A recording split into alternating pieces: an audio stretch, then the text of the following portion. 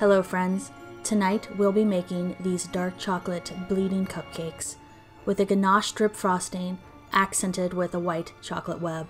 I highly suggest, if you have time, to make the chocolate cake and your raspberry filling from scratch.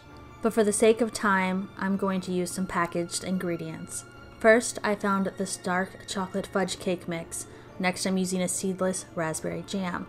This is called a Bismarck tip. They're used to add filling to items such as cupcakes or donuts, but we will be using it as a core. A frosting bag, white chocolate to melt. The Ghirardelli ones are delicious. Then you will also need chocolate chips, as well as heavy whipping cream, unsalted butter, a non-stick surface such as parchment paper or a silicone baking mat, as well as a standard size cupcake tin. First, make your cupcakes according to package instructions, but be careful, sometimes when making cursed cupcakes they try to unmake themselves.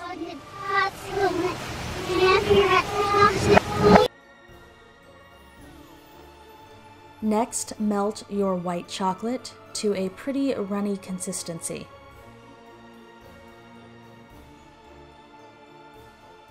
Transfer your chocolate to a frosting bag, and I actually decided to skip that and use a sandwich bag instead.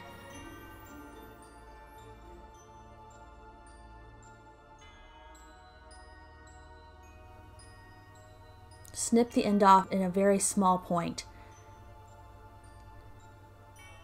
To make your webs, you're going to just be making this star shape like you see here. When doing your connecting fragments, go underhand with the webbing, as it gives it more of a web look and less of a Captain Will appearance.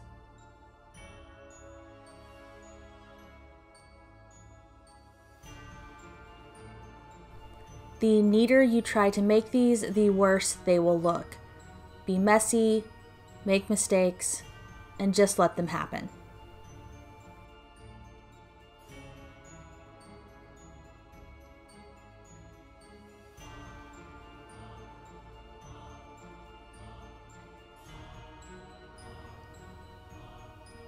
When you're done, place these in a refrigerator or freezer to let them harden. Add the heavy whipping cream and butter to a small saucepan. Bring this to a gentle simmer, but not a boil. Don't mind the cream spirits, the heat usually takes care of them. Here I have my chocolate. I actually finely chopped it to make it easier to melt. You don't need to do this. Add the simmered cream straight to the bowl. Now you're going to let this sit for about 5 minutes. I've come back to check to see that it's starting to melt. Now that it has, I'm going to use a whisk to gently incorporate the chocolate and the cream.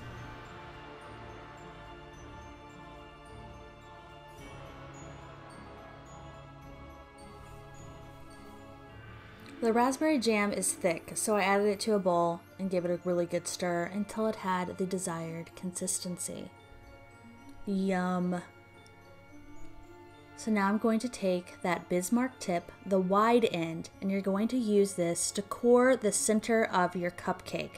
Make sure that you don't push all the way through.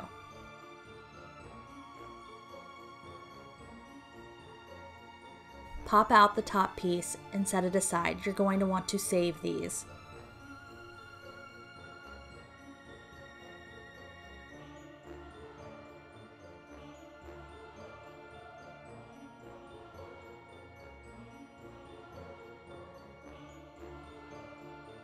If you'd like to make the space inside of the cupcake bigger, you can just give it a little swirl.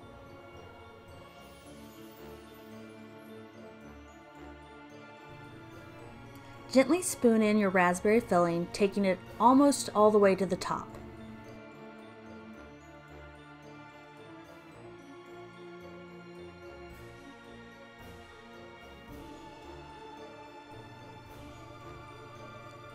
Next, you can take the little cored piece of cupcake and gently put it back in place.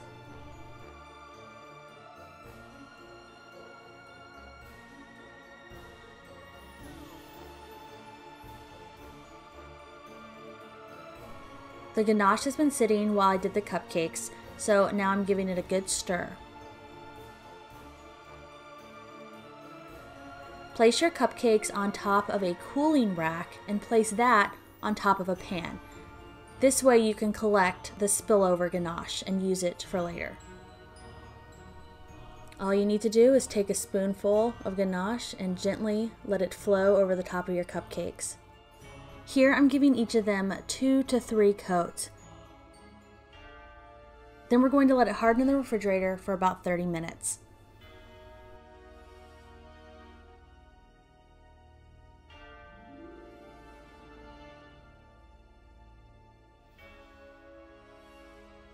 After you pull those out, give them another 1 to 2 coats. This will give them a really smooth and glossy look. Remember this spillover ganache in the pan? After a few hours in the fridge, this makes an incredibly delicious truffle filling, so don't let this go to waste. The dripping ganache look is part of this cupcake, but if that's not your vibe, you can also use the dunk technique. Just place the top of the cupcake into the ganache, give it a little swirl, and there you go. While the second coat is still wet, it's time to place the white chocolate webs.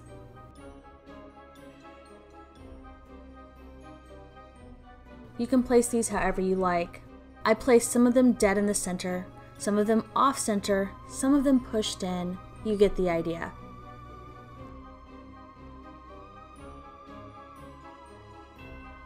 And your bleeding cupcakes are done. If you let these harden in the fridge again, the center will be thicker.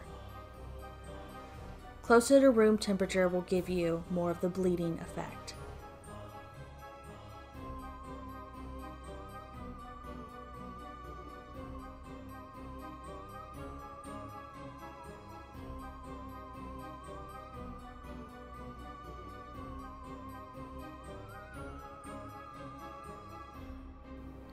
Make sure to clean up the evidence of your murderous cupcakes. No one needs to find this in your kitchen. The thing I love about these cupcakes so much is that they're equally fun for children as they are paired with a nice dessert wine for adults.